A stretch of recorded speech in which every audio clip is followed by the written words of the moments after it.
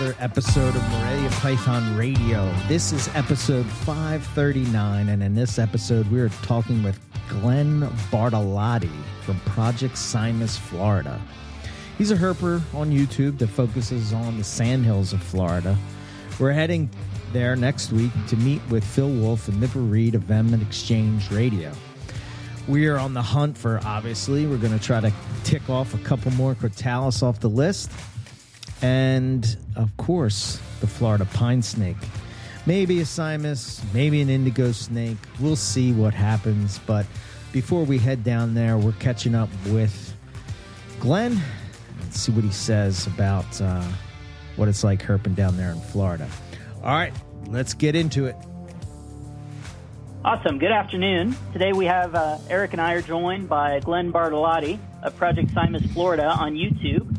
I came to find the channel from Eric based on the prep for our upcoming Florida trip, and just love the channel. It goes back a handful of years, so we're going to chat through with Glen in terms of the classic questions associated with what got him into herping Florida, and the channel. So welcome, Glen. Okay, thank you. Thanks for having me, and I'm going to do my best, and I know I'm going to enjoy this. Yeah, absolutely. Awesome. Yeah, bro. So, Glen, what got you into herping?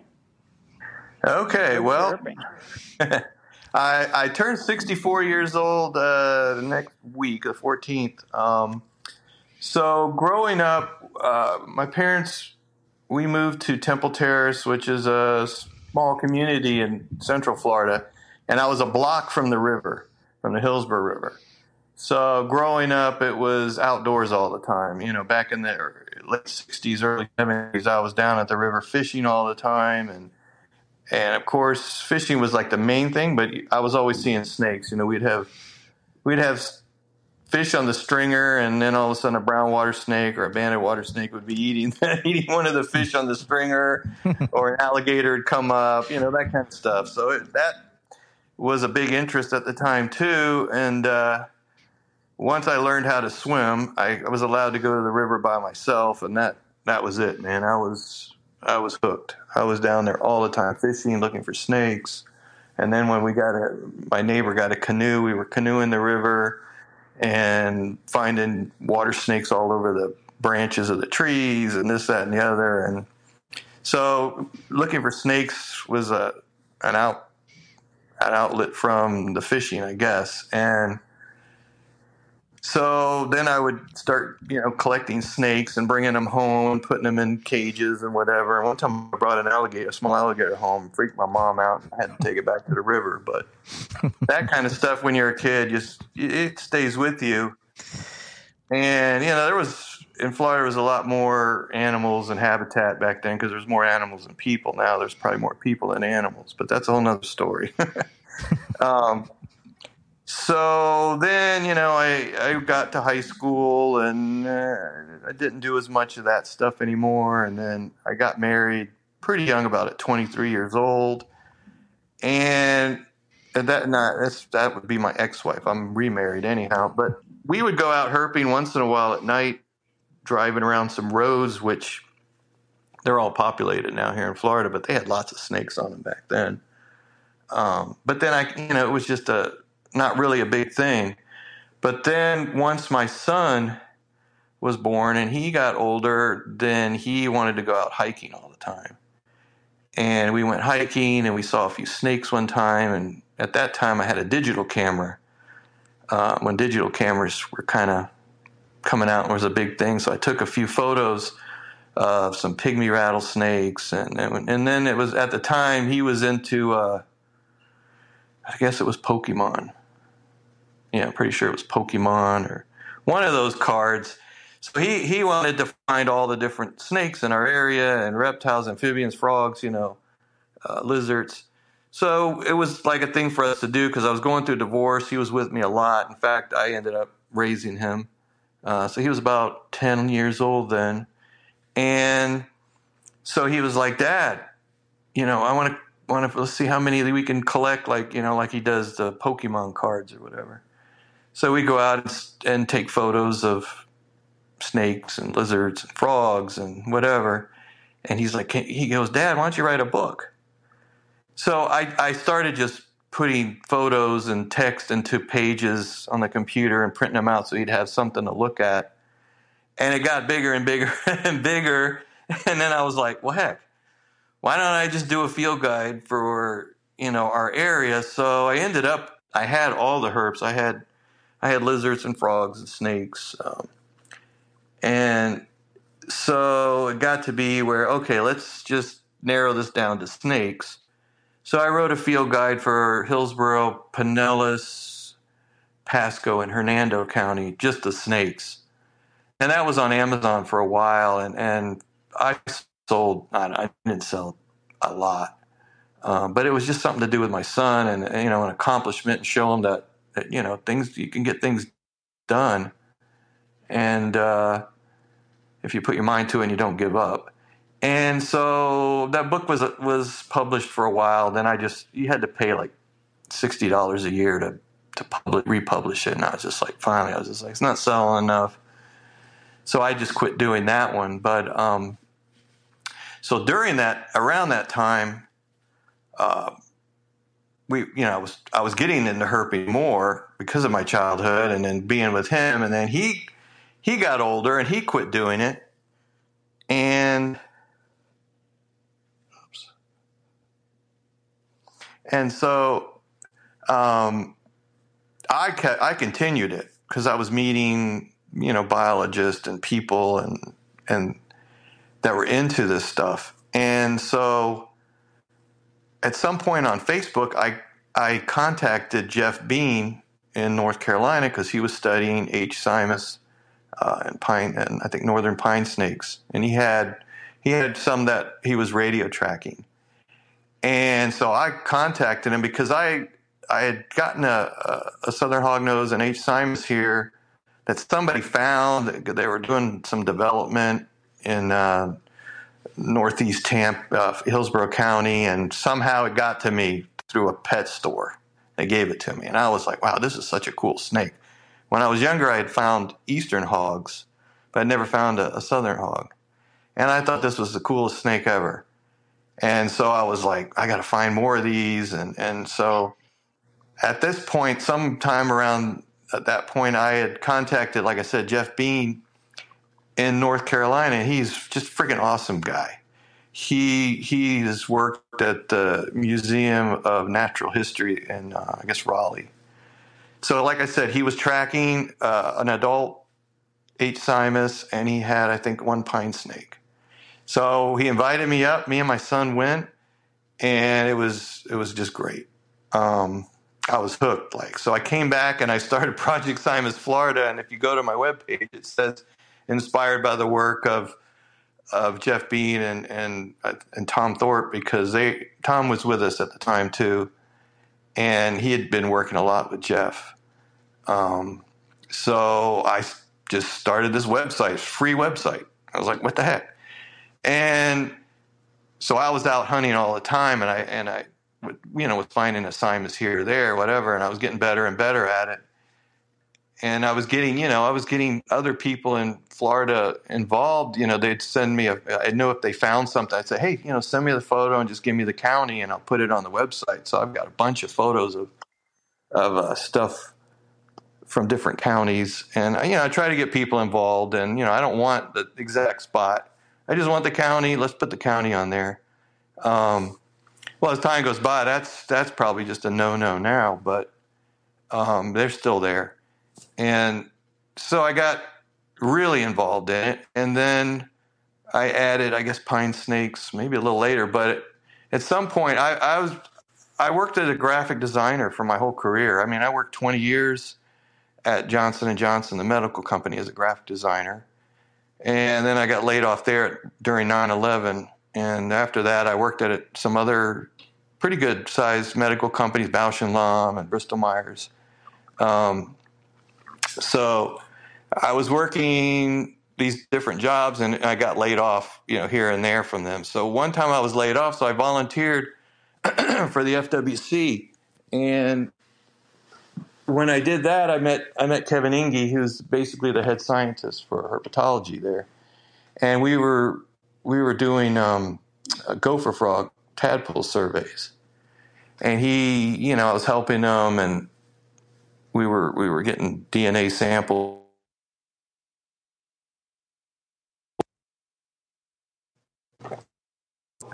He says to me one day, we're out there, he goes, "So you could find hognose and pine snakes pretty well, I see."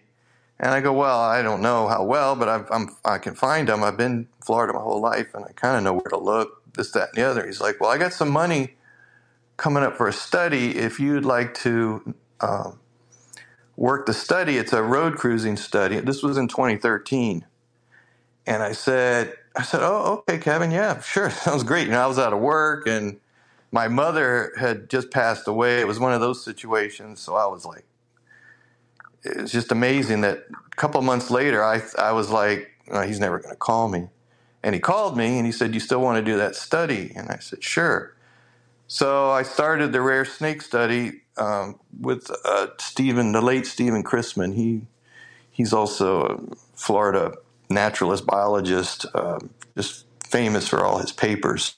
He's written on all types of stuff in Florida. But anyhow, he was on the study up in the Panhandle, and I had the peninsula. So I studied short-tailed snakes, pine snakes, and southern hognose snakes. So that was 2013. Then I got back into the workforce, and I was working as a graphic designer again. And I guess back, and then at 2018, I was out of work again, and I was like sick of doing graphics. I've been doing graphics for about 30 years. And so I was like, I'm just tired of graphics, and I really don't want to get another job in graphics. And then all of a sudden, one day I get an email from Kevin. He's like, "Hey, we got a pine snake study, and it's radio telemetry, and you did some telemetry with Jeff Bean and North Carolina, put that on your resume, whatever, and send it to me." And it was in another division. It really wasn't under him, but he got me in doing it. And so that was amazing, because that was 1 year. It was actually, there was another guy doing the study, Ricky Horton, and he was going off to graduate school, I think in Texas. So he had to leave. And there was 1 year left on the study, so I started after his year, and I worked from April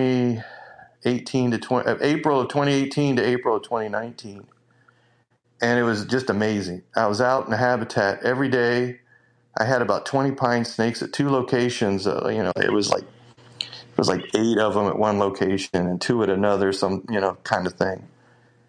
And every day, I even if I didn't see them, I knew where they were, and that was even just as good as seeing them, because it was really interesting to know where they were, because the whole study was a home range study, to see their home range, see how far they traveled, and it was a lot. There was a lot of habitat study, what type of habitat they like to stay in, bask in. I was taking data for all that stuff, and so I did that, and the other thing that was really cool about that study is I had 2 locations in 2 counties that I went to, and each location had box traps, and the box traps were a large wooden box with 4 sides, and that's how we actually got most of the pine snakes. We're trapping them and then putting them in the program, getting transmitters put into them.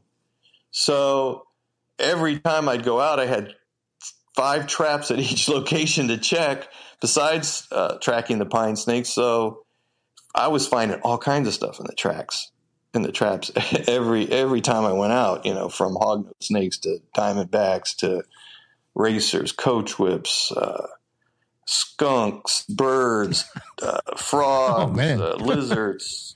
It was like this was like a smorgasbord of everything, and it was really interesting, because certain times of the year, you'd find certain ones a lot, and then all of a sudden you wouldn't see them anymore, and there'd be another species that was moving more.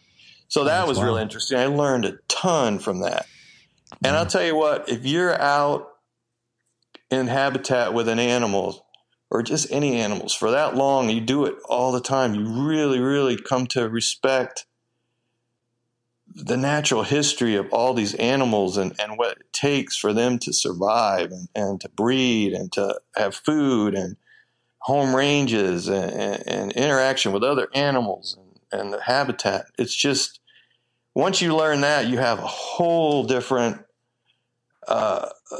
attitude about our environment, habitat, stuff like that. And you really start seeing how it's so important that it doesn't get interrupted. And when it does, especially here in Florida, when it gets interrupted like that, that's when we get the invasive species coming in. When the habitat's changed, you can't expect that the same species are going to live there. You've altered it so much that they can't. They're not going to move back in. There's nothing there for them. So that's when the invasives move in, and that's kind of a big deal here in Florida right now. But that's how Project Simus started, and I guess I went a little further, and I just kept growing the website, and people would be like, "Well, what is Project Simus?" And I'd be like, "It's my passion." And, they're like, "Well, what does it do? Or what do you do?" And I'm like, "I told you it's my passion." But what it did do is it got me 2 jobs. The pine snake job was the funnest year of my life. I mean, I had a great time being a graphic designer. Don't get me wrong. It was a great career. But as far as a whole year of doing something that you did as a hobby, I didn't even care if I got paid. It was a blast. And I'll bet. I was exercising every day. I was walking through habitat with equipment, holding a big wand antenna, and I was in great shape. I was like, no body fat. I was just in the best shape of my life. I felt great. I was doing what I wanted to do. I didn't want it to stop. And so I basically have kept doing it. I still volunteer and I help Kevin. In fact, next week I'm going to go out on a alligator snapper turtle survey. They found alligator snappers in Central Florida here in a river, Homosassa River, that they've never been documented in.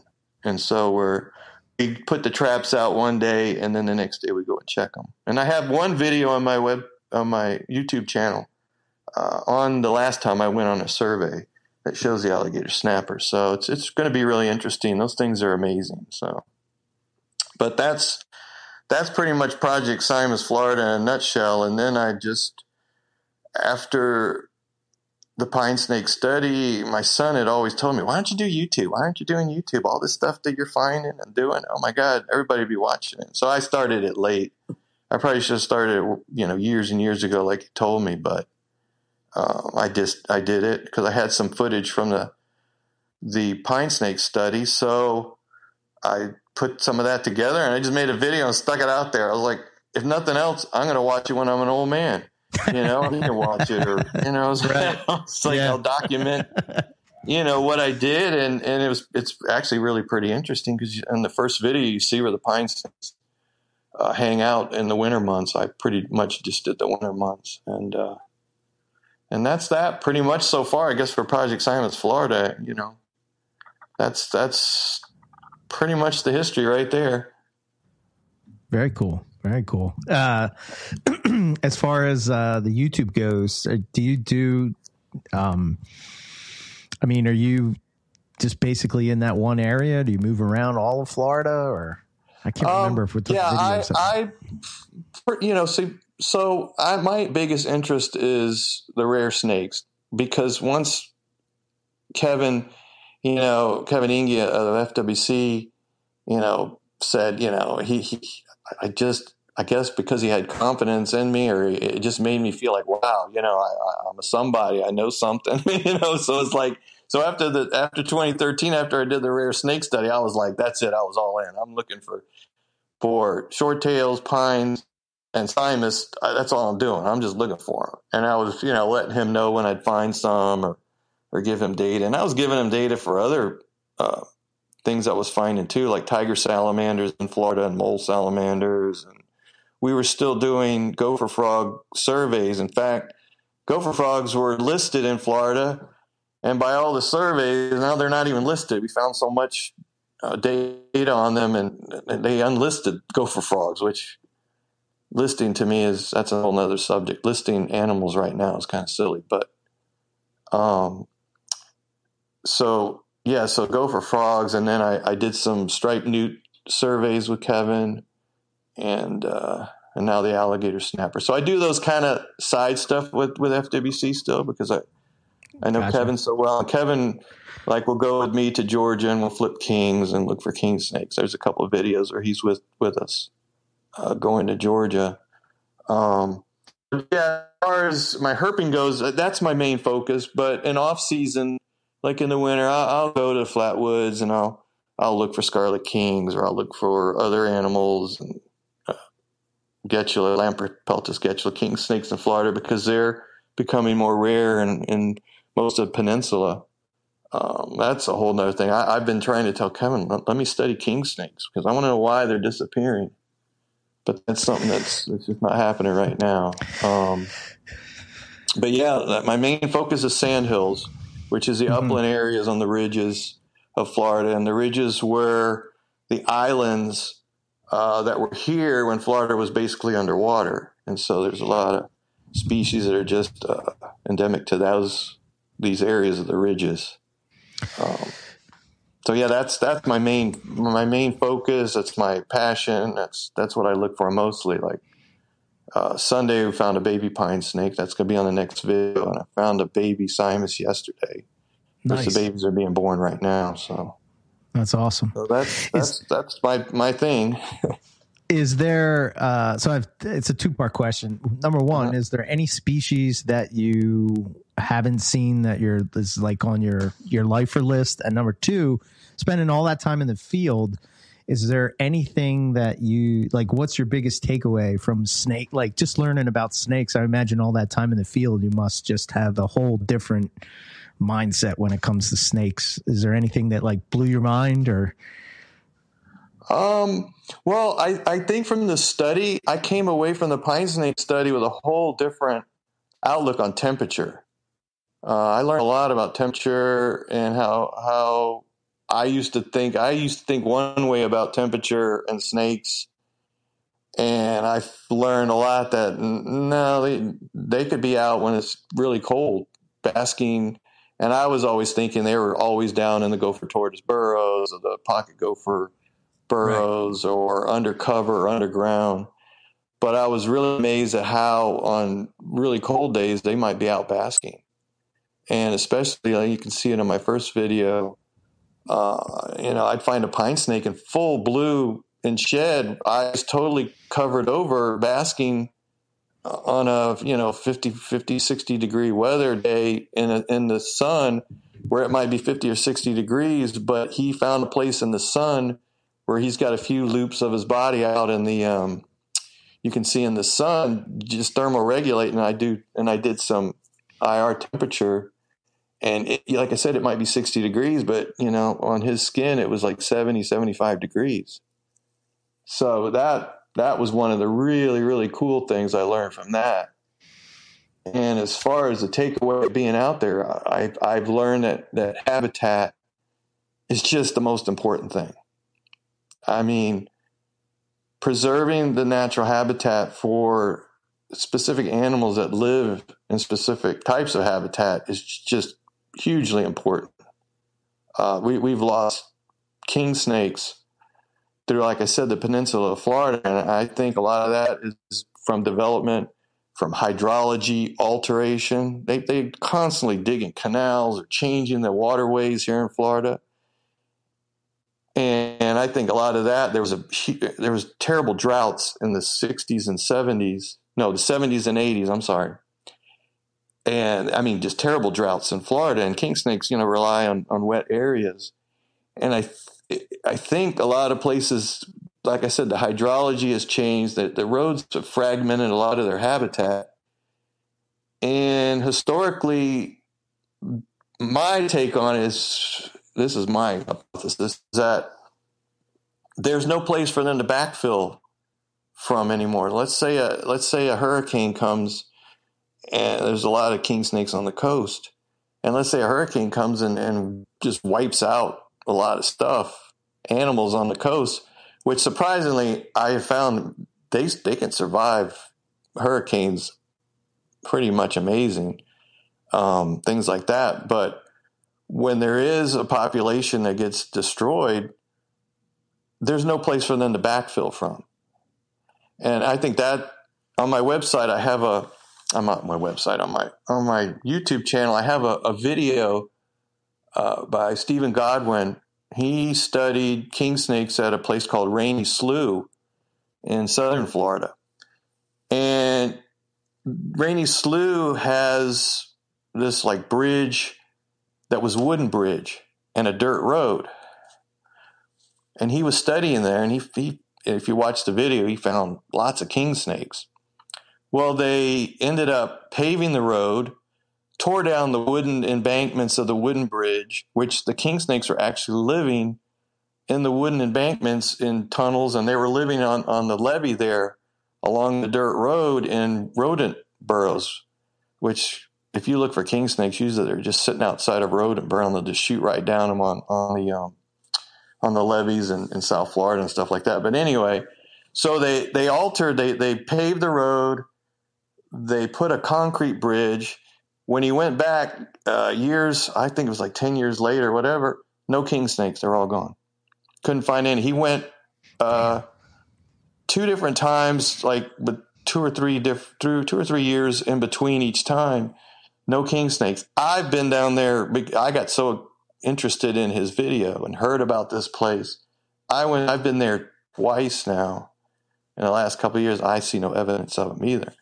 So that's an example right there that you can knock out a whole population. There was no place for them to backfill into that area, and their whole habitat, which was, artificial, it was altered, changed, killed probably all of them, and they're all gone. And he shows in the video a lot of their food sources are gone now, and he's saying some of that is from invasive snails, excuse me, and tropical fish that are invasive in the area from tropical fish farms and stuff like that. They eat the eggs of the amphibians. The snails are eating the eggs of amphibians and stuff like that. That the other animals were eating. The whole food, basically, when you watch the video, the whole food chain was destroyed. Yeah.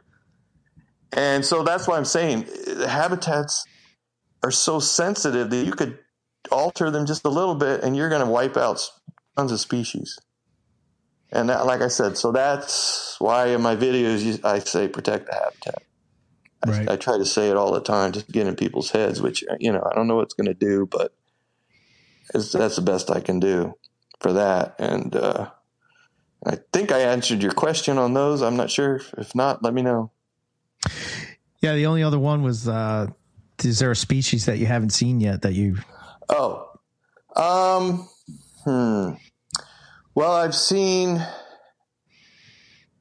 I've hunted for South Florida mole kings a bunch of times, and I've seen DORs. Mm-hmm. I go with my friend Garrett Kraft a lot. He went out one night, and I told him where to go. He was hunting another spot. I was on the phone with him. I said, go to this spot now. And he knows the story. I was at home, and he was out there with another guy. I go, Garrett, what are you doing? Go to this road right now. And he went to the road, got an adult. And he actually still has that one. I had it for a while. I was keeping it for him. That's the one in the video on South Florida Mole Kings. Oh, okay. I gave it back to him. He's got it now. Okay. That's one. I haven't found a North Florida Mole King. A friend of mine has found 2. But see, the Panhandle, where their range is so small. The North Florida Mole King snake is in maybe a county or 2, and the South Florida Mole King is in a county or 2, and they're all just broke up and fragmented, and it's very hard to find them. And the Panhandle population of the red ones is 4.5 hours from me. So it's just not like, I'm just going to go up there for a day or 2 and find one. They're very hard to find. Right. So those are 2 that I really haven't found all the way. I mean, I actually had a gravid South Florida mole king, got the eggs, and I hatched those. So I've done a lot of stuff with South Florida mole king. I haven't found any of the snakes in the Keys, like the Keys ringneck or the rimrock crown. I haven't found those. Like I said, that's 5-6 hours from me. There's a few subspecies like the Atlantic salt marsh snake. I haven't found one of those because they really don't look. Right. So there's just a couple, but I've gotten pretty much all of them that I can think of, amphibians and frogs. There's a few frogs I haven't gotten. Maybe 1 or 2 salamanders here and there, but there's snake-wise, I've gotten pretty much all of them, just a couple. So it keeps you going back, right? Well, yeah, sometimes, but most of the time I stick to my bread and butter, and I'm looking for pines and short-tails and Simus. It's just gotcha. Okay. Just the thing that I do, man. It's my passion. It's my love. I get it. Yeah. Yep. Cool. Yeah, that's fantastic. And certainly I agree that is protecting the habitat is the consistent messaging of all your videos. I know you had alluded to this earlier, but what do you make of sort of the protections that are imposed upon species but are not, the same isn't carried through for the habitat, right? So what do you make of the sort of legal status or protected status on pines or indigos and stuff like that, but destruction of habitat at the same time is, at least it's permissible, if not promoted. Well, I mean, it doesn't take rocket science to figure that one out. If you destroy their habitat, like I alluded to earlier, they're done. I've said it a million times. The worst thing they might have done to the indigo snake back in the 70s was list it, because they haven't got more of indigo snakes since they did it. And that's all because they have no place to go. An indigo snake's home range is even bigger than a pine snake's. And when you fragment all their habitat, they got to cross roads, and they don't even like crossing roads. They hate crossing roads. And there's an area in Central Florida called the Green Swamp, and it's a huge wildlife management area, huge. And but it is a watershed, which I guess the Hillsborough River starts from. But anyway, it's a very wet area, and it's a large, it's on Monster Quest. They say there's chimpanzees living there, it's that kind of thing, gotcha. Bigfoot and all that. Right. Well, there were indigos there. There's still a few, but they cut the whole forest in half with this highway that semi trucks drive now. And back when they put that road in, after that, people were saying they were seeing indigos dead all the time on that road. And I've been out there. I hunt out there once in a while when it's wintertime and I'm not looking for sandhill stuff. And I haven't seen an indigo. Right now, indigos in Florida, you see one here or there. Somebody posts, on a ID site or, something similar. And they're like, well, what kind of big black snake is this? Is this a racer? Is this, and it ends up being an indigo crossing a bike trail or in somebody's yard or something. It's awful because those snakes are amazing. And back when I was a kid, they were all over the place. I mean, we looked at them as like black racers. And now it's like we can't find them. When I was on the pine snake study, when I would drive to my work site, I was driving dirt roads, and I make sure my route to my study sites were dirt roads so I could find stuff, there and back. And I found 2 indigos just going to work. But they're far and few between now in Florida. In fact, the go-to places to find them, I mean, people aren't finding them anymore. So, I just, when you list an animal, I don't know what you're doing. And from what I'm hearing is once they're listed, then you can get grant money to study them. So you'd think it'd be better to have grant money to protect the habitat. So that's my whole thing with that. Listing them does really nothing. I don't see what It does unless you're breeding them. So.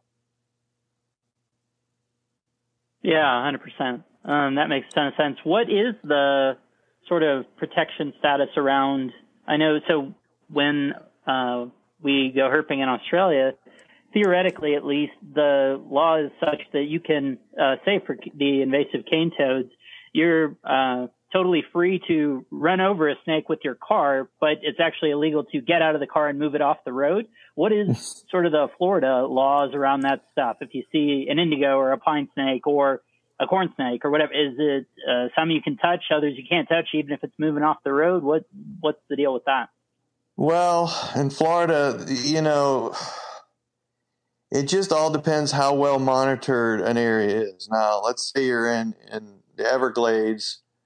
They monitor that pretty well. You're not allowed to touch anything on the roads there, et cetera. And if they find out you're touching animals there, you can get, I know of some guys who've got like their video cards and their cameras taken away or something like that. You get fined. You have to be really careful in certain places, but other wildlife management areas or forests, there's really very little law enforcement that monitors that. So it's pretty much just be careful. Nobody sees you or posts a picture of you doing it or turns you in, that kind of thing.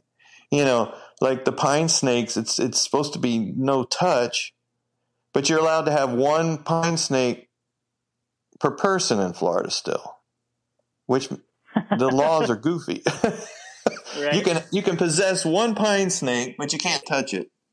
So I don't that one's bizarre. Short-tailed snakes are listed, and you're really not supposed to touch those either. But I know herpers are touching them when they photograph them. I mean, you have FWC, LE just driving all the roads, all the dirt roads. I mean, sure. There's just no way to enforce it, I don't think. And that's the whole thing, even with invasives. I mean, right now they're trying to stop invasives and trying to monitor even more or stop breeders from breeding invasive stuff in Florida. But you're going to have people that are just going to release them now just out of spite. So I think they were better off being friendly with the breeders than to alienate them. It's that kind of thing. So that's going on too. And I've talked about that. It's, you destroy a whole natural habitat, put houses in. What are you expecting to see when you walk out your front door? You're not going to see the native animals. You're going to see the invasives that come in and can actually live in disturbed areas, because there's like irrigation going on that was never there with watering lawns. They're spraying pesticides. So the invasives that can actually tolerate that, like Cuban tree frogs and cane toads and brown anoles and tilapia, and cane toads, I think I said that. Those are going to be the ones that survive. They actually can. And if a native animal could survive in there, it would, but they don't. So like in my neighborhood, the only native species I see once in a while a green anole, but we got a million brown anoles. I don't see any tree frogs anymore except for Cuban tree frogs in my neighborhood. There's still southern toads, which are native, but about 2 or 3 miles from me, my son lives in a townhouse, and he has retention ponds, and they're full of cane toads. They're in one of my videos. I mean, there's cane toads everywhere. So, the cane toads are taking over. They're in South Florida. They're coming up here to Central Florida. I don't know how far north they're going to go. We can work right into the pythons if you like. Yeah, sure. Yeah. So let's get everybody straight on the pythons here. Pythons are not eating everything in Florida. the truth is they're never going to get rid of pythons in the Everglades unless they nuke the place and get rid of all the people and the who's living down there and the native species. There's just no way. The Everglades is huge, and these guys are catching, 40 of them. They're not even putting a dent. They're just making money. And to me, it's causing more problems than it is anything good. The pythons are not eating everything because we've learned that the adults are eating, 1 or 2 deer a year, 1 or 2 alligators, stuff like that. Most of the babies born are getting eaten by king snakes that are actually still down there, believe it or not, and raccoons and other mammals and birds and alligators and this and that. So and their eggs are getting eaten by other animals too. So they're just part of the food chain now. And right. I say it to everybody, and they're probably sick of me hearing it, but Florida's a Galapagos Islands now. I mean, we're just getting repopulated with species. And, that's what happens when you alter your habitat. It's going to change. It's going to change dramatically. And the only way to stop it is to stop development. And even if we were to stop development and bring some of the natural habitat back, where the native species going? They're not going to rain out of the sky. They're not going to... they're not just repopulating. Right. They're not going to come out of the ground. So it's a mess to me. I'm curious when you said them hunting sometimes maybe can hurt it a little bit. Maybe you can go a little more into that. Like, what do you mean? Hunting pythons messing up the habitat? Yeah. Hunting pythons. What happens is you get all these people down there just either killing all the snakes. A lot of people don't know what the difference between a python and a green water snake at that size. Right. And then it just gives like permission just to kill everything. Gotcha. And it's not the right way to go about it, and it's really funny because they're vilifying all these pythons and this and that, but alligators have been in Florida forever. They're just as dangerous, if not more dangerous. They're all through Florida. But yeah, you got postcards in Florida with a girl in a bikini next to an alligator. You can buy a postcard. Right. And then you go to the little tourist trap places off the interstate, and they got alligator heads you can buy. Mm-hmm. So, there's just a lot of stuff that's silly about it. The pythons aren't a problem. I don't see that as a problem at all. Not at all. So as far as that goes, pythons, okay. I don't really care about them. And and like I've said before, I'd rather see some herp than no herps. Right. Wipe out everything. Which once that happens, I think humans are in big ass trouble anyway. So yeah, agreed. Once we really destroy everything. But that makes a ton of sense. Yeah. Yeah. One quick note, and I'm curious your thought on this. So, especially with a lot of our conversation winds up dealing with Australian pythons. Are cane toads being invasive in Florida not quite as bad a problem because at least you have other bufo or former bufo, so that animals are less.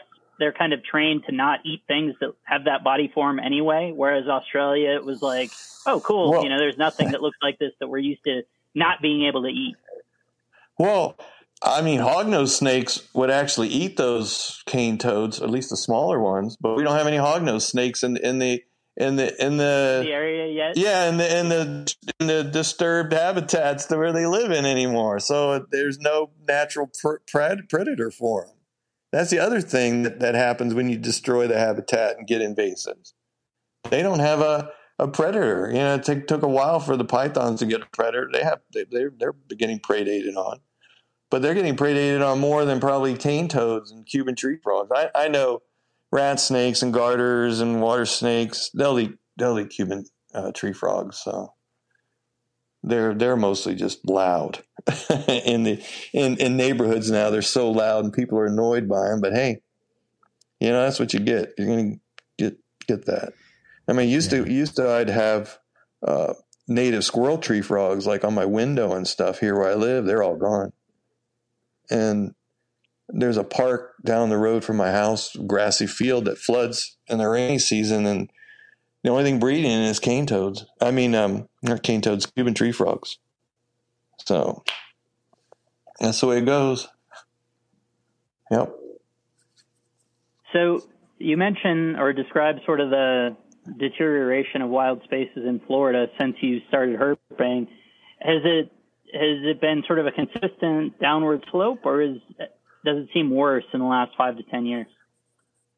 It has definitely gotten worse in the last couple of years since everybody's moving to Florida. Everybody from New York and northern states are moving to Florida. There's a lot of people from New York coming here, and they're just buying property to retire. And that's the other interesting. It's funny their pensions are coming to Florida instead of going back into New York.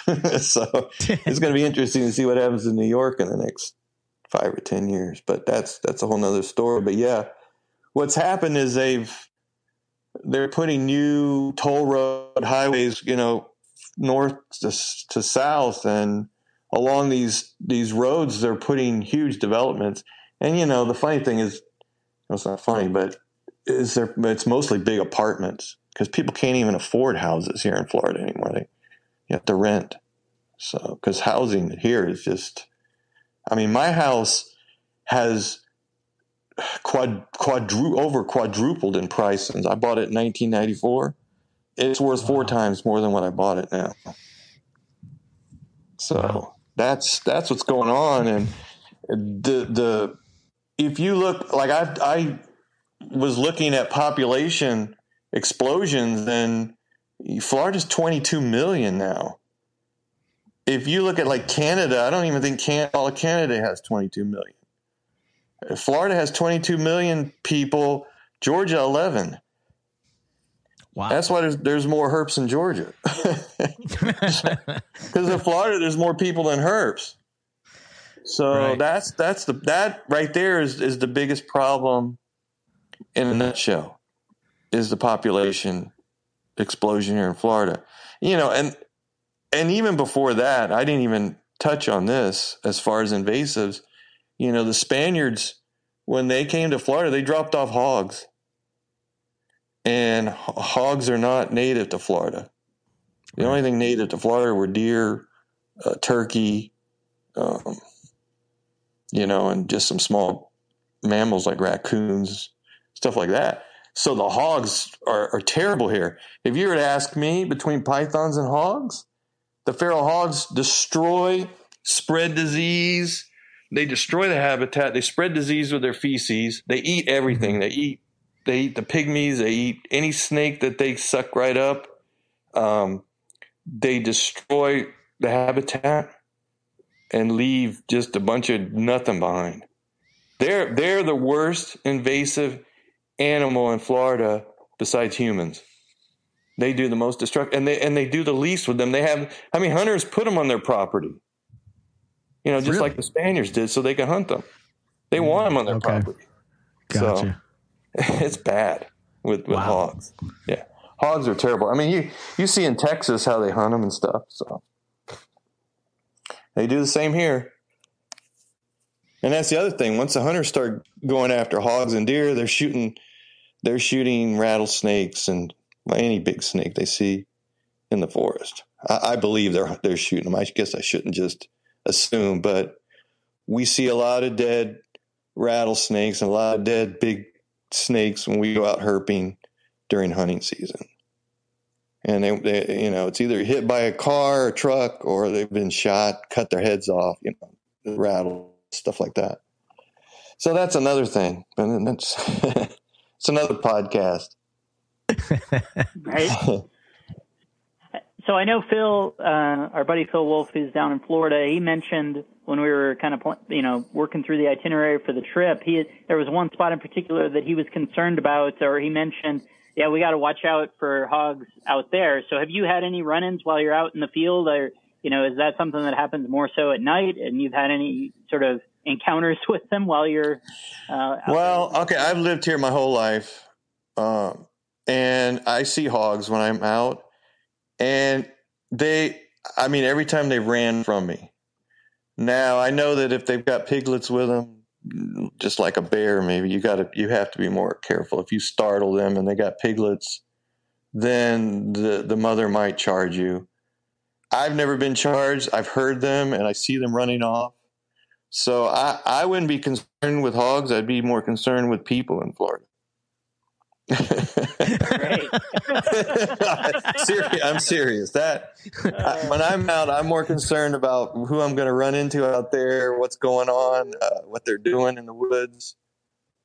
But as far as the animals, no. Mosquitoes and humans are probably the only thing that I worry about. Maybe yellow jackets, and that's it. I run into yellow jackets once in a while. Okay, that's about it. I wouldn't worry about hogs. I really wouldn't. Okay, good to know. Yeah. And what is the sort of ticks and chiggers situation like down there?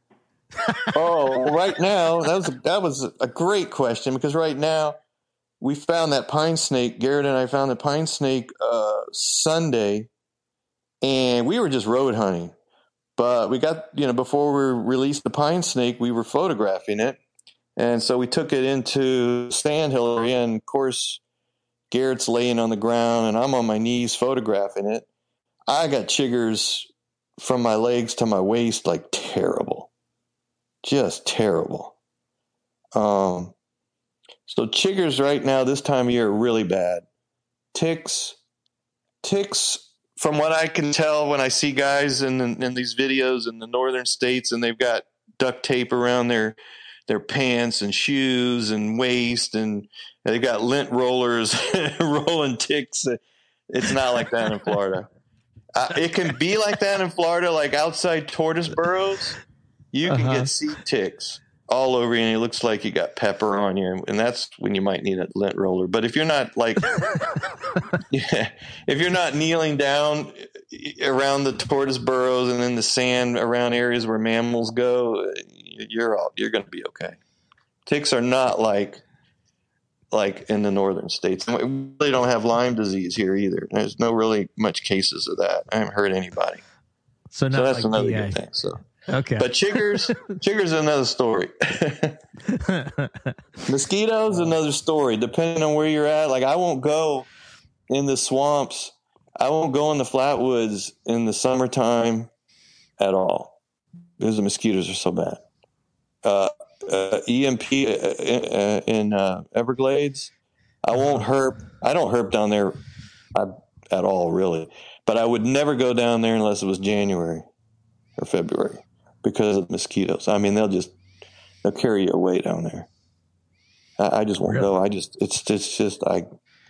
It's not enjoyable at all. Mosquitoes are so bad. Doesn't sound it. No. No, yeah. Don't go to Everglades unless it's December, January, or February. Yeah, okay. And actually, that's when herp is actually really good down there. Because it's cooler, but it's not as cold as the rest of Florida. You might get just the coldest down there might be like 55 or 60. So you'll get more of the animals out basking. The pythons will be basking on the canals, and the king snakes will be basking. You'll get the animals basking because of the cooler weather, and it's just way better down there at that time. I'm curious, with the cooler weather, do you see a lot of if you're herping at night, or is it more like during the day catching them basking out? Yeah. That's definitely, once the cooler weather hits, you don't road cruise. You might be able to road cruise Everglades in the winter at night on warmer days, humid days, but Central Florida to North Florida, nighttime herping is pretty much shut off when it's, when you get cooler than 70 degrees at night, right? I wouldn't even mess with it at night. Gotcha. But during the day, you can get them basking or outside burrows, basking, stuff like that. On canals, stuff like that. They'll be basking. It's actually nice in the wintertime to find some stuff like that. Yep. Cool. That's awesome. So as kind of both in line with what the discussion here and then something you had mentioned before, can we walk through some of, like, you had mentioned seasonality of species, and I know that, right, the epithet Hogtober and all that stuff in terms of, I don't know if that's the seasonality of babies or if it's the temperatures, and just kind of walking through both what you would find right now in general in terms of this, September into October timeframe, what you could reasonably expect to see versus midsummer versus the winter in terms of particularly Sandhills stuff. Okay, then I'll just hit on Sandhills. So Sandhills, I don't hunt Sandhills at night. Most Sandhill species are diurnal. Pine snakes move during the day. Short-tailed snakes move during the day. They have been found. Short-tails have been found at night. Baby pine snakes have been found at night. But if you were to tell me, let's go herping and it's 8 o'clock at night, 7 o'clock, okay, you go. I'm staying home. It's just not a thing. Now, if I go the same time with good temps through swamps, roads that go through swamps or flat woods or wet areas, sure, I'm going to find water snakes, cottonmouths, pygmies, fish snakes, swamp snakes, ribbons, garters, rats, some rat snakes, stuff like that. And if that's your game, then yeah, you can do that. But as far as Sandhills, nighttime is not the time to go. Daytime's the time to go. So let's see. The way it works for Sandhills is in the spring. I'm giving away a lot of information here, so people are listening. There's stuff a lot of people want to know. In the springtime, you don't want to go on a bluebird sky. You do not want to go herping in the Sandhills on a bluebird sky. You want clouds. You want rolling clouds. What's that? Okay, I've heard that in the videos, and I was wondering what that means exactly, because I've heard you say it in the videos, and I wasn't sure for certain what that meant. Okay, bluebird sky is high pressure, so the humidity is not very high. You want a little bit higher humidity, which is going to be because you see the clouds, and rolling clouds is what you want. So you want days like that. If you got bluebird skies with high pressure, the only thing I've ever found on those days in the spring is snakes out basking by burrows. They stay close to the burrow and they just bask on those days. They don't cross roads. They're not on the move. Now, the other thing is breeding and all that. Breeding takes place in the Sandhills, most of the animals from around May, June, a little bit of July. And then they start laying their eggs, which takes 60 days for pines and southern hogs. And so the pines are usually born mid to late September. And then Simus are clocks. I mean, first week of October, boom, they're all coming out of the ground. They usually stay in the egg underground for a while, and when they pip, and then they start coming out. So they're probably pipping towards the end of September, but then they're surface active coming out from underground in October. And you can find the babies from October all the way into November. And in Central Florida, if it's warm enough, maybe I've found them the first week of December, and then boom, the first kind of cold front, there they go underground, and they're dormant until probably March. They might start coming up around March. And then the other thing is eastern hognose, Heterodon platyrhinus. They double clutch. Southern hognose do not double clutch. So you only see babies in October, but eastern hognose, you can find babies in June, July, and then again in September, October, November. because they double clutch. But the funny thing with those are really pretty rare, except where there's some, good populations in certain places, but eastern hognose snakes have really declined. I find more southern hognose in their habitat than I do the easterns. So that's another snake like the king snake that's really declined in Florida. I mean, the southern hognose have declined only because of habitat destruction more than I think anything else. But yeah, as far as, looking for sandhill stuff, it's a day thing. And like I said, in the spring, no bluebird sky, no high pressure. But in the fall, it doesn't matter. It could be a bluebird sky. Last year, we went out. We saw the temp change. It was a bluebird sky, and I find lots of baby Simus on bluebird skies. But we went out, and as long as the temps are good, which they like it when all of a sudden there's a change in temp and it gets a little bit cooler, it gets them going. And I think they know that the season's about done. We got to get food in us because we're going to be, dormant for a while. So the first few weeks of October, when the weather changes, boom, everything's out. Pines, Simus, all that stuff. They're moving around on the roads and they're getting hit and this, that, and the other. But yeah, so the rule for me is high pressure in spring, no. High pressure in the fall is fine with good temps. I mean, my favorite temp in the fall is 74 degrees. It could be 50 or 60 degrees, in the morning. But once that temp shoots 74, boom, you'll start seeing stuff. So that's a big deal for the fall. To me, I call the fall, instead of Hogtober, I call it Herptober. Because I can find a bunch of stuff in the fall that I usually don't find all year round, even the spring. But yeah, the fall, if to me, for herping the sandhills, the best months is May and June and October, November. Those are your best months for herping sandhills, and pretty much all of herping in Florida in general. No wonder I'm not finding anything. When do you come? Well, my in-laws live down there, but they live, and it's usually in the summertime, Yeah, so. Sometimes. I mean, like August, September, I don't do much. August and September, that's when I will go out in the evening, and the crows will move.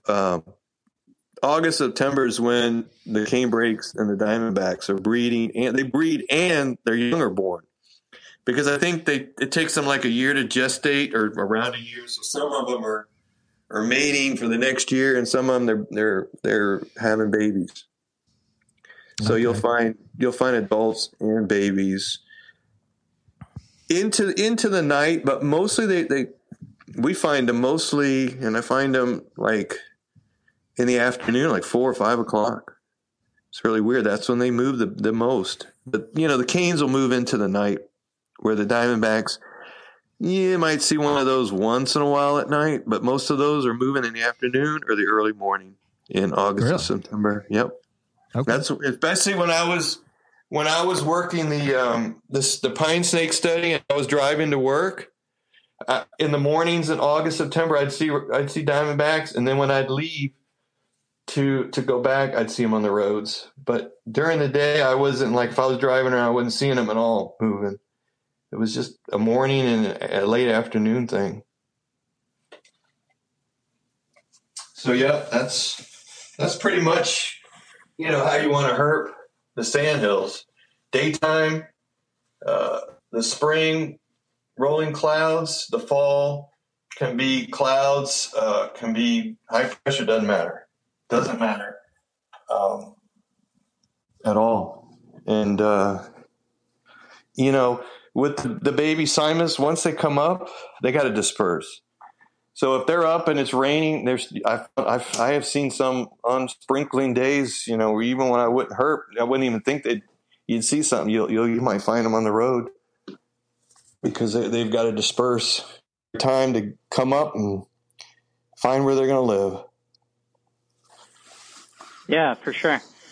One other interesting thing I've seen from your videos and what you've talked about here that's definitely kind of a change of mindset or mentality or whatever from a lot of the places that I've been is the preponderance of cruising on dirt roads as opposed to asphalt or bitumen. Yes. So what's that about? Well, that's about temperature. A snake will come up to it. Well, first of all, I've seen, even on a dirt road, I've seen a baby Simus or even an adult get to the middle of the road and freak out and turn around and go back. Lots of times. You'll see a lot of tracks like that too. They turn around and go back. But temperature, the roads here in the summertime, even in the fall, the roads here are going to get 100 and some degrees from the sun. So, they'll come up to the road, feel that heat and say, nah, or get on it and be like, oh my God, and you'll see them you'll see a hognose that goes really slow, like flying across the road because he's burning up, so he can't sit there. So the dirt roads don't get as hot, so they don't mind crossing. And most of the dirt roads are more through suitable habitat too, even though there's a lot of hard roads that are, but it's that temperature thing that keeps them from crossing. Yep. Interesting. So do you think they're, in your experience with it, is it mostly that they're coming out to have that sort of open access to basking, or the substrate that has been heated up, in the case of the dirt road, or is it that they're kind of transiting point A to point B? I think it's point A to point B, especially the babies. You don't see as many adult H. Simus at all like you do the babies. I did find this year I had a great year for adults in the spring. You're going to find adults in the spring. You never find babies in the spring. I have never seen the only time I found it was an October baby. I found it in March. It was really weird, but I've never seen babies in the spring. I've only found adults. And, if it used to be, if I find one or two adults, it was great. This year I found 8. But I changed things up, and I had a different approach this year, trying to figure out stuff with temperature. And I'm not going to say too much about that, but I started learning a little bit with temperature and their movement. And I got 8 adults this year and 1 DOR, so 9. And that was like, wow. But I did change up a little bit how I approached it. So, yeah. But yeah, dirt roads. That's super interesting. Yeah, dirt roads are definitely important. A lot of my videos you'll see me with a temp gun, that's that's something you really can start figuring out stuff with temps and stuff like that. There's a lot of science to it. It's not just about getting out there and just driving around on a road like everybody does.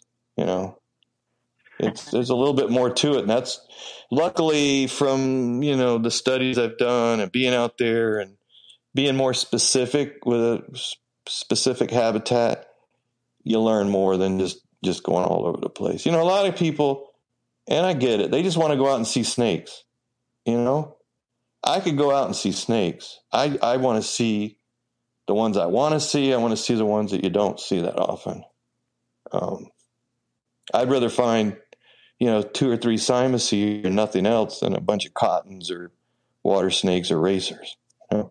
It's just like, it'd be like going out in my backyard just collecting anoles. I mean, what challenge is that, So, and the other thing is, I love being outdoors. That's first and foremost, is being out in the habitat.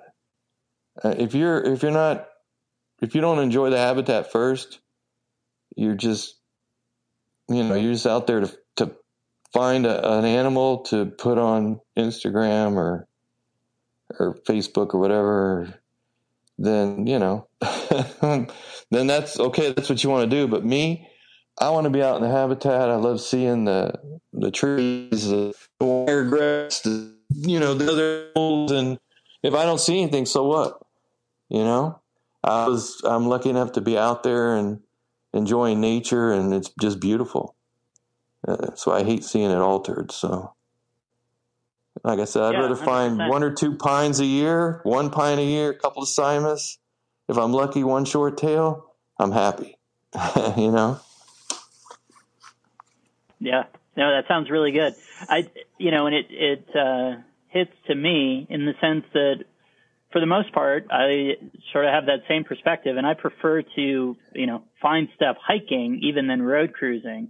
I know, all of my Florida friends have been saying, in terms of where we're going and this time of year or whatever, that, cruising dirt roads. But, my own predilection is to hike stuff up. Do you have any thoughts on that? Well, here's the deal with hiking. Florida's temperature is warm all the time. So, and I think I alluded this fairly well in one of my videos. It's not like, Georgia, where you're going to get temp changes where the snakes are going to be out showing their bodies more in the sun. Here, they can be in a dark bush and it could be, 80 degrees in the shade. So, looking for them hiking is a lot more difficult, because when they're basking, they're in the bushes. They might have like a loop of their body in just showing a little bit in the sun, or they're in the thatch and the sun is heating it up. They don't show themselves as much. And that's why everybody in Florida road cruises, because you catch them with their pants down crossing a road, That's just it. So I mean, we rode cryptic basking type of deal, right? Yeah, we rode a spot on Sunday because for the last few years, October 1st, we found baby Simus on the road. And this time we didn't find any. It was really strange, but it seems like the cooler temperatures came sooner last year. But we rode for 6.5 hours on Sunday. I saw 2 coach whips cross. 2 coach whips we saw. And we got a rough green snake. And after we were getting ready to leave, 6.5, we got there at 9:00. It was almost 3:30. I said, let's go. I'm done. I mean, if they're not going to come out now, they're not coming out at all. And I said, but let's do this one loop before we leave. I got a feeling. So we did this loop that's a little bit off of our regular route, and boom, we got a baby pine snake. I mean, that's how it is sometimes in the Sandhills. You might go all day and get one snake, but if it's a pine, or a short tail or a Simus or something like that, indigo, you're like, right, it was worth it. It's not a numbers. It's not a numbers thing in the Sandhills. People need to understand that. It's really not. If you're finding like 5 or 6 Simus in a day, babies, you're in a good spot. So those places are far and few between now. I know in Georgia there's a spot that right now there's a lot of Simus, and that people go there all the time. They're going there instead of Florida now. So yeah, it's not a numbers thing in the Sandhills at all. It's finding a diamond instead of a rock, So that's the way I look at it. Yeah, that makes a ton of sense. So kind of transitioning into sort of bigger picture stuff, what's the craziest either circumstance or animal that you found? Like what's when you think back on it and say like this was the best, either between the experience, the animal, just the whole situation, or just saying, oh, I've only ever seen one of X, and that was, the one-off that I'll always cherish. What fits in there for you? Well, that's really easy, because the first thing that always comes to mind was the first Simus I ever found. I was given that one Simus I talked about earlier. Somebody gave it to me from a pet store. which got me all like. So one day I went out to this spot in Central Florida, and I went out there during the day, and I was gonna try to find a Simus or a pine or something. It was an area they were in. They're not. I don't even know if they're there anymore. I haven't found any there, but so I went to this one spot in the morning and I hunted around. There's supposed to be indigos there. I didn't see anything. It was July. I guess July is not a good time for indigos, but they were supposed to be there. Supposed to be pines, hognose. I didn't find any. So I left that place and I was getting ready to come home, and I saw this little wildlife area with a parking place. I parked. I walked in there. I hiked down the trail, and all of a sudden, this was July, I look in front of me, and there's an adult female gravid 8 Simus. And it was the first one I ever walked up on, or I ever found, period, in my life. And that's the one I'll never forget. And that even propelled me even more. So, and to this day, I keep going back there to try to recreate that, and I've yet to find another one there. I mean, I find them everywhere else. Right. And I try to recreate that. I go at the same time of the year, the same week, the same moon phase. I mean, I'm just like, God dang, I can't find them here for nothing. I don't even know if they're still there. They should be. It hasn't been disturbed any. I just can't find one. So yeah, that's definitely, even more than finding my first short-tailed snake. That's the one that I'll never forget, for sure. Yep.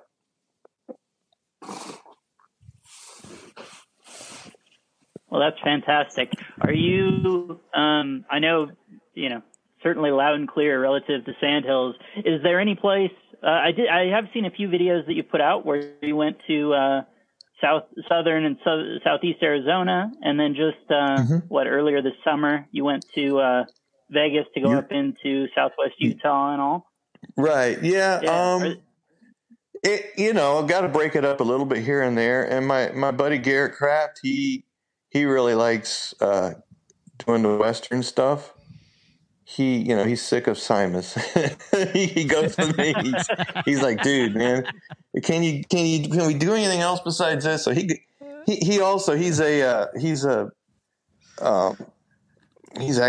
got a doctorate degree in chemistry. So he's a rocket engineer. He works for Honeywell Aerospace. So there's work out there for him. That he flies out there now. But I've gone with him out there just for me.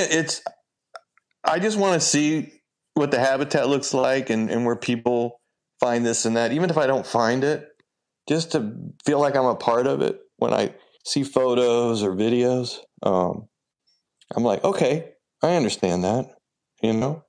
So that's major. Sure, it's great when we find stuff, but other than that, it's just to change it up a little bit. Georgia, I like going to Georgia because of the king snakes, the flip them.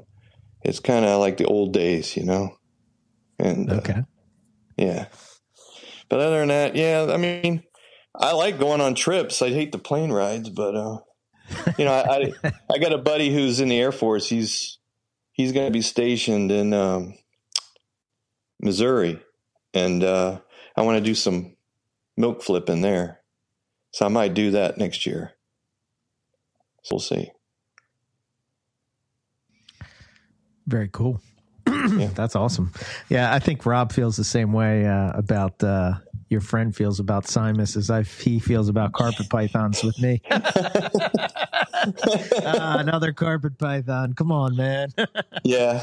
I mean, it's just my passion. It's like I want to be remembered for one thing, kind of thing, Yeah. And it's just my passion, and I get it. And I tell Garrett, he went to Guatemala a month or so ago, and he was finding incredible stuff.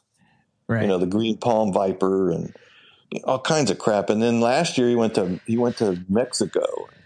The cartel were like chasing him and stuff, and he found all kinds of stuff. He found milk snakes the size of indigos. I was like, wow, what is that? So wow. Yeah, he's 30. What is he? 37 years old. And I'm 64. I don't feel like fighting cartel. So yeah, but he's been herping with me since he was in his 20s. He was going to USF getting his doctorate in chemistry. So he's Dr. Kraft now. But I used to pick him up in the mornings, and we'd go herping before he goes to the lab to do his doctorate stuff, whatever. But yeah, Garrett is a amazing herper. He's got eyes like better than a hawk. He can see like a safety pin on the road at 60 miles an hour, or even smaller. I can't believe the stuff he sees. And yeah, he sees everything. He's a bug guy. He knows all the bugs, the spiders. He knows all the inverts. So yeah, he's too smart for his own pants, but he's you get with a herp buddy, and you guys you trust each other because of spots. Spots are always a big deal. Sure. And yeah. It's made and broke relationships, friendships, enemies, and this. It's really sad what spots do in this herping community. That's why I'd rather herp by myself or with just him and Daniel Parker and a couple other people, and that's it. And mostly I go by myself now. So, I got a lot of people message me, and it's like, I can't herp with everybody, and I can't give away, right, sensitive areas that are not really mine to give away, or I don't want a million people go in there, which I don't know how to stop that. It's not, I'm not trying to stop it, but it's a very sensitive. It's probably be a good podcast for a bunch of herpers to be on. Get about 6 or 7 herpers on a podcast and everybody hash it out, Sure. Yeah.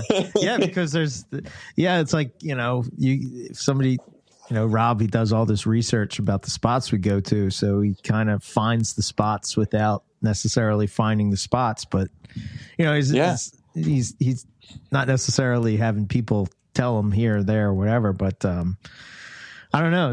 I can see both sides to that. It's a tough one, man.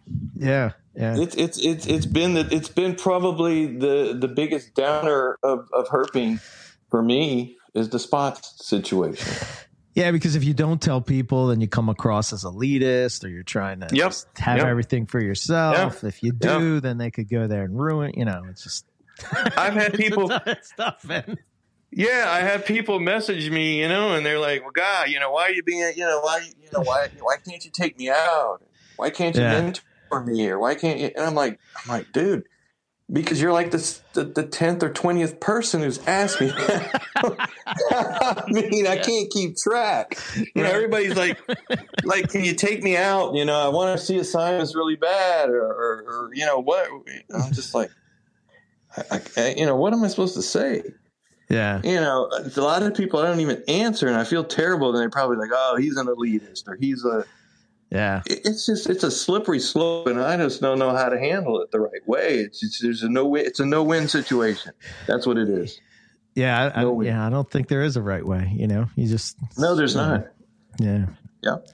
Well, what's your thoughts on that, Rob? Yeah. Well, on the same hand, right? It's like, I was going to say the other hand, but I don't know if it's the other one or the same one, is that I don't even know if they'll get the same joy and enjoyment out of it. Like, so notice, right? And as all our conversation, I haven't asked you because I don't want you to tell me. I don't want to ask you, and I don't want you to tell me because it won't mean the same to me.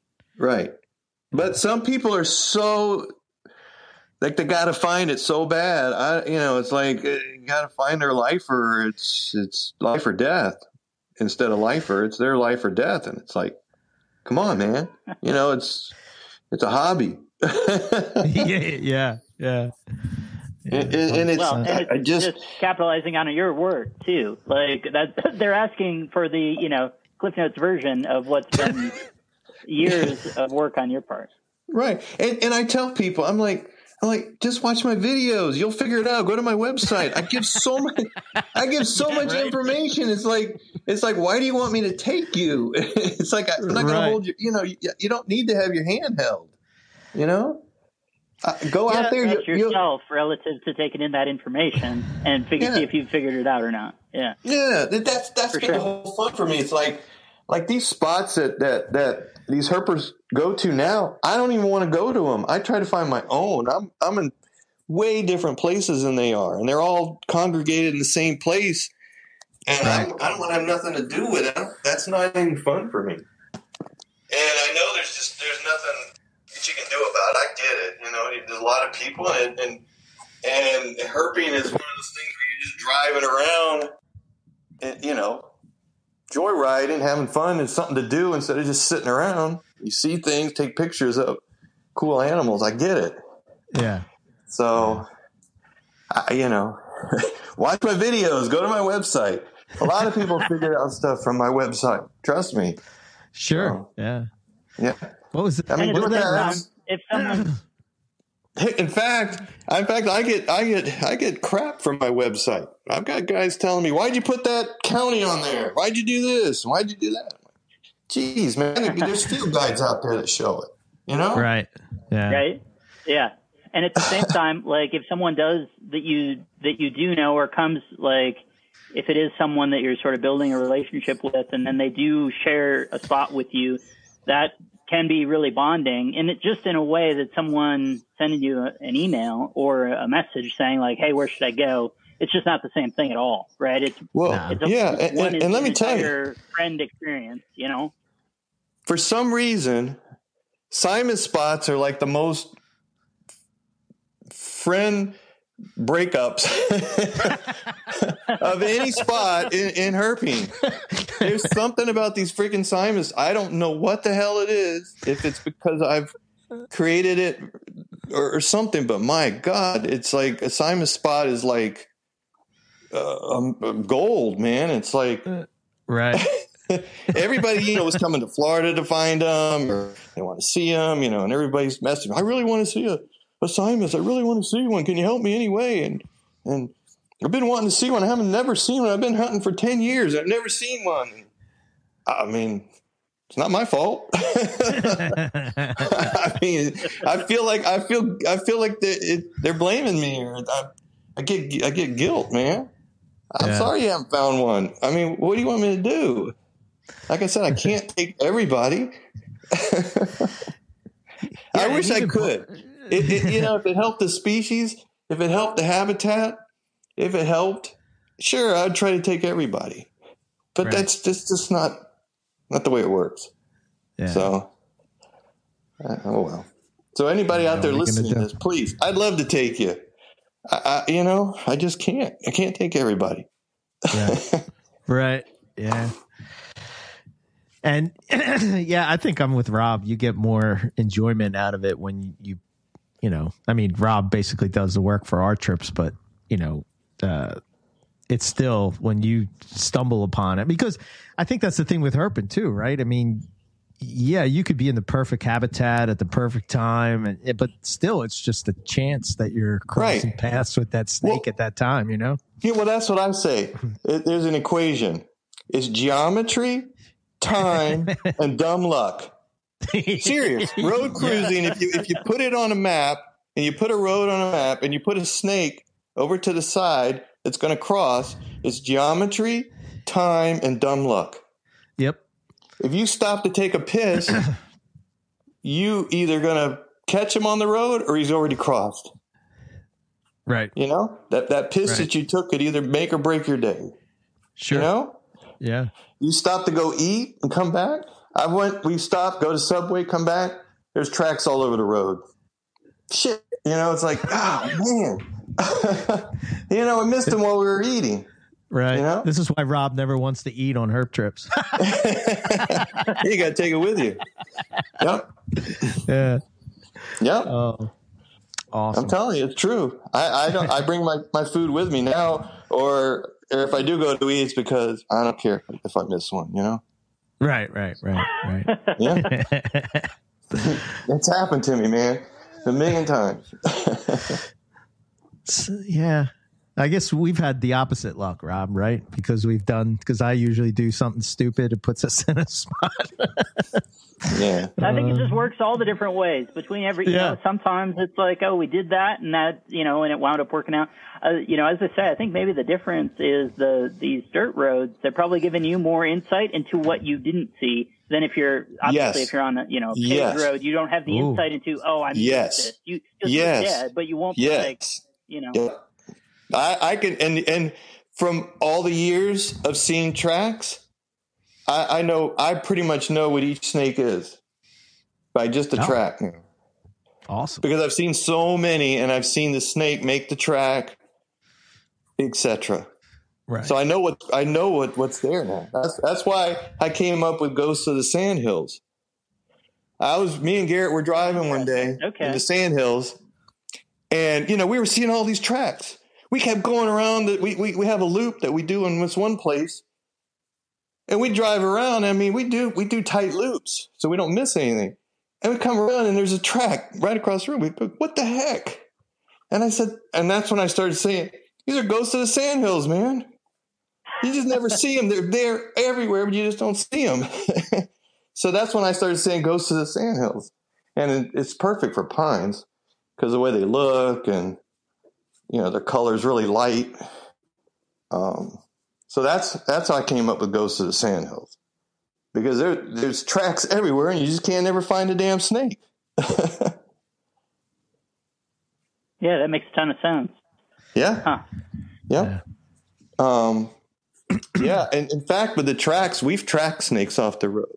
I don't know if you guys do that, but we'll see a track, and if it's not a race or a coach or something we don't care about, you look at the track and you put your hand out and you make a line from where it's at to the woods, and you just start walking in that line. And we've walked up snakes off the road that way. Interesting. Yep. That's real tracking right there. Yep. No, I mean, this one guy taught me about that a long time ago. I was with him and he's like, well, we're going to track them off the road. And I'm like, what? He's like, yeah. He goes, watch. And I saw the track. He gets out and he goes, this is what you do. You just put your hand like this. And the snake usually doesn't veer right or left. He keeps going straight into the habitat. And we did it, and we walked up a pine snake. So Garrett and I, Garrett got a pine snake that way. We saw a track. He gets out. I keep road cruising. He follows the track in the woods, so I don't miss anything coming out on the road.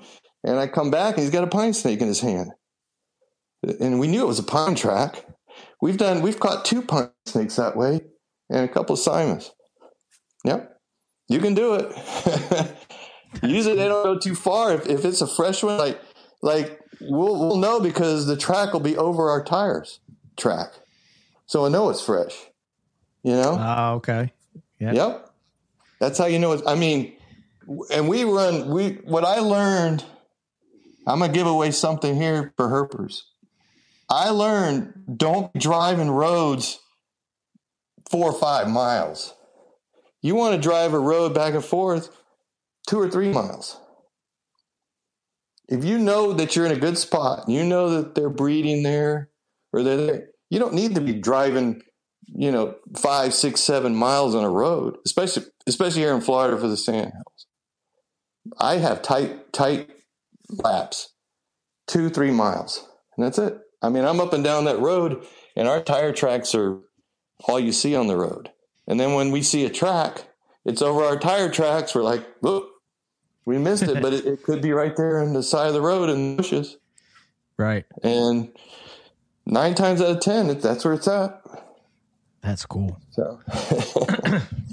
So anybody hearing this now, you just got a little secret of the Sandhills.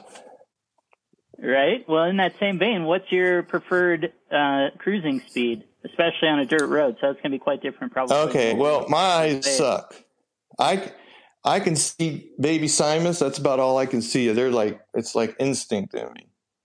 But I don't go as fast as Garrett. Like I said, Garrett, there's some herpers that drive 60 miles an hour. Now, I wouldn't do that on a dirt road. I don't think he does. He goes, well, he goes pretty fast on a dirt road. So when he's driving, it's faster than me.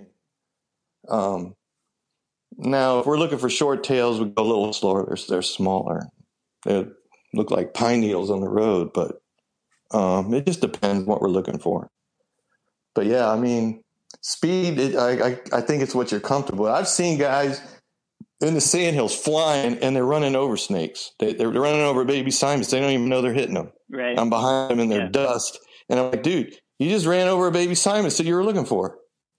You know? So unless you know what you're doing, don't do it. That's I guess that's all advice generally. Yeah. Yeah. I mean, it's not working. And that's usually when I got somebody like that out, I leave. I go to another spot. I got so many spots that I just leave.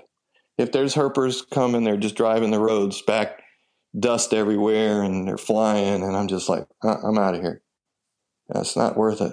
Like I said, I'm not here just for the snakes, you know? So, yep. Yeah, that's what it is. Tracks and dirt and short loops on your runs, because we were learning we were missing too much stuff.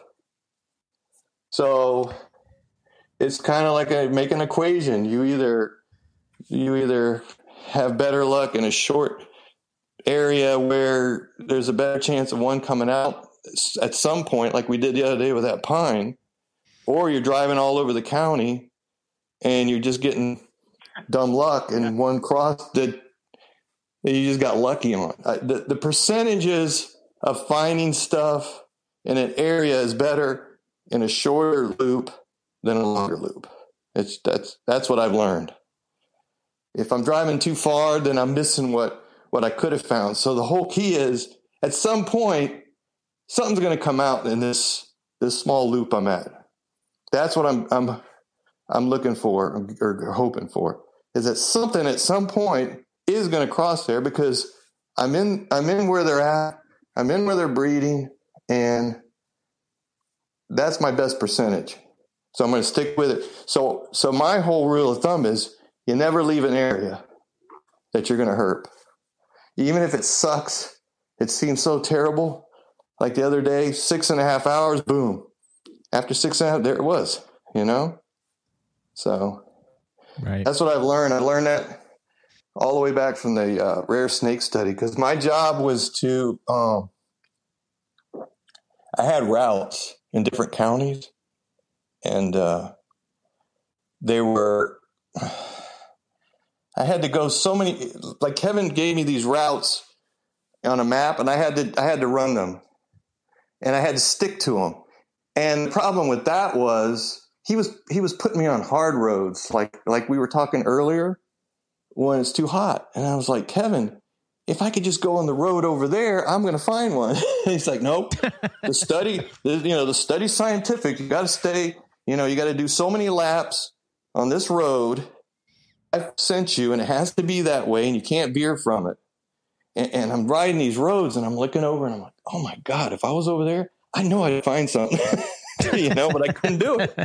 I couldn't do it. Oh man. So I learned a lot from that study, and then just road cruising. And I wish there was more hiking here. I mean, the wintertime is when I hike, and you'll see that in my videos. Because I like hiking up, say, like Getula, king snakes on canals and stuff like that, if I ever go to them. It's fun to see them, see a loop or a scale or a head or a tail just sticking out of the grass on the edge of a canal. That's cool. Yeah. Or, like in one of my videos, it's a huge diamondback, I think is the name of the video. It was one of those bluebird sky days in the Sandhills. So I was like, I had seen a slide into a tortoise burrow during the fall, and I was like, well, there's nothing happening. I'm just going to drive to it and just for the heck of it, just go look. So I went to that burrow, and it's in my video, and I just walked, because I learned with the pine snakes, they bask 10 to 20, they might be 20 yards away from the burrow. And then they'll work there. If they once they know you're there and you mess with them, they start working their way back to the burrow. So I went back to this burrow, and I didn't see any slide, but I walked, like I said, 10, 20 feet all around it. And underneath, you'll see in the video, a bush, it's a giant diamondback with a rabbit. He had eaten a rabbit, and he was just basking like I used to see the pine snakes. Right. And so, yeah, do stuff like that. This has been fantastic. I really appreciate it, Glenn. Oh, no problem. Yeah. I love talking about it. I probably said more than what I should have. I'm probably going to have some friends busting my you know what, but but that goes along with the herping, man. I'll have to deal with it. Yeah. Yeah. So we appreciate it, and yeah, definitely. You're not wrong. There's a ton of good stuff there, but I think in completely the right way, in the sense that it's talking about ideas and concepts. Not go to X, Y, and Z. Yep. Yeah. I mean, what I want to do is, like I say, protecting. I want people to enjoy the habitat more than going to find an animal and taking a picture of it and getting fame.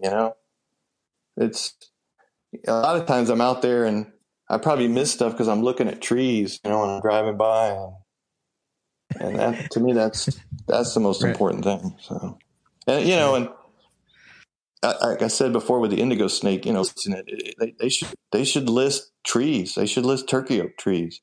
I mean, if certain trees were listed and couldn't be cut down, then they'd have to save the habitat. That's not going to happen. So you list an animal, and I'm like, huh. So you destroy their house, but you protect them. Makes a lot of sense, doesn't it? Yeah. Destroy my house where I don't have any place to live, but protect me. Yeah, keep me protected, but I have no place to live. I have nothing to eat. I have no shelter, but I'm protected. So don't mess with me. That's the part that just blows my mind, man. I just like, this is stupid. And I think I talked about this with you guys when I talked to you a week ago. It's like, what was I going to say? Crap. Hold on a minute here. I got to remember it. I got too much going on in my head right now with this stuff. Protecting the habitat and protecting the species and not the habitat. It just makes no sense anyway. So I can't remember what I was thinking of, but is it the indigo? We talked. I think it was the update on the gopher tortoise, the change in the law around filling up the burrows and all that. That's another good one. It used to be where the developers would pay the fines to cover up the tortoises. They just cover them up with bulldozer. It was cheaper for them to pay the fine than to relocate them. And then they changed the law here in Florida. You have to relocate them. Well, they're relocating them, but they're either spreading disease or they're putting too many in one spot. And for crying out, the majority of them die anyway. So it makes no sense. So, yeah, I was going to say, isn't there I don't know I don't know where this was, but wasn't there a study? Maybe it was carpet pythons, where they would relocate them and they wouldn't do well. No, they're not going. You can't really relocate snakes. Yeah. They have home ranges. You relocate an adult pine snake, and it's going to just keep traveling until it dies. to try to get back to where it knows. And the only way you can do that is with babies that have just hatched. And if you put them in the correct habitat, then they can, they have the food source, they got the correct habitat, then yeah, they might be okay. But an adult's going to try to find its way back. It's going to cross a road. Same with tortoises. The ones I've seen that they are relocating, they build a silt fence, like acres and acres of silt fence, and they put them in there till they start, making burrows. And then after a year or two, they'll remove the silt fence. But within that time, there's so many in there, a lot of them die. So, yeah, it's just makes no sense. Protect the habitat. That's all you got to do. Right. Protect trees. Yeah. They don't protect trees. They protect animals. Because, once an animal's listed, then you get grant money to study it. But you don't get any grant money before it's listed. So, so they're making money on them being listed so that they can study them. Yeah, it makes no sense. It's backwards, right? No, the whole thing is backwards now. And I used to be one of the ones, oh, wow, indigos are protected. They're going to do great now. Mm-hmm. Well, they're not. They're doing terrible. Terrible.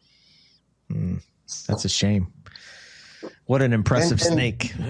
And you've got, and let me tell you, like Kevin, my boss, my old boss, whatever, there's one thing here with invasives.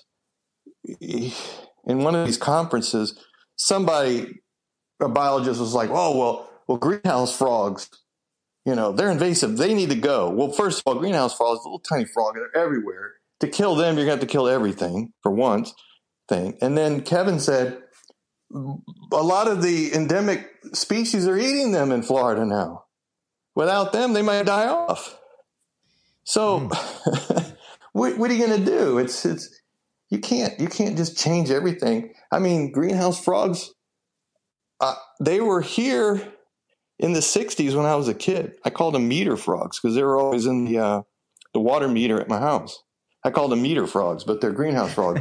They're invasive. But I think Daniel told me they were found here in the 1860s and they want to get rid of them. Sometimes I just think biologists need something to do. Mm-hmm. They got to have work or something. I get it, but it makes no sense. So, you got stuff like that happening everywhere. What are you going to do? Yeah. Protect the habitat, or at least try to, right? Exactly. Once you do that, everything's taken care of, right? Right. Don't protect the species, protect the habitat. Like I said, I used to think, oh, yeah, we're going to protect indigo snakes. Wow, this is great for them. Nope, it was a death sentence. And right now, they want to list Simus and short tails. That's on the list right now to federally list them. And like I said, that's just to get grant money. And once they do that, I think that's a death sentence to them too. So, because to me, once it has that status, you're going to get people wanting to collect them. They're worth more. People in other states other than Florida are going to want them. Oh, they're protected. I want one of those. I want a white rhino. I want a rhino horn. I want a tusk from an elephant because you're not supposed to have it. Just a death sentence to them. I used to think, oh yeah, protect Simus. That'd be great. They're protected in North Carolina. Jeff Beam protected them. Their numbers are way down. It didn't help them. So, it hasn't worked. Look at what has worked and what hasn't. Look that the animals in their natural habitat are still there. Those are the ones that are okay. In the large tracts of unchanged land, I mean, look at Arizona, all that land and all those snakes there. There's tons of habitat there. But even there, they're having some problems, So. Right. Well,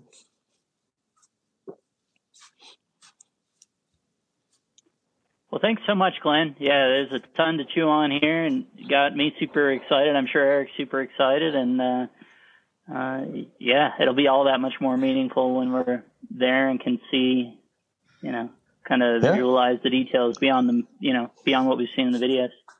Yeah. Where are you guys? Are you guys coming to Florida soon or?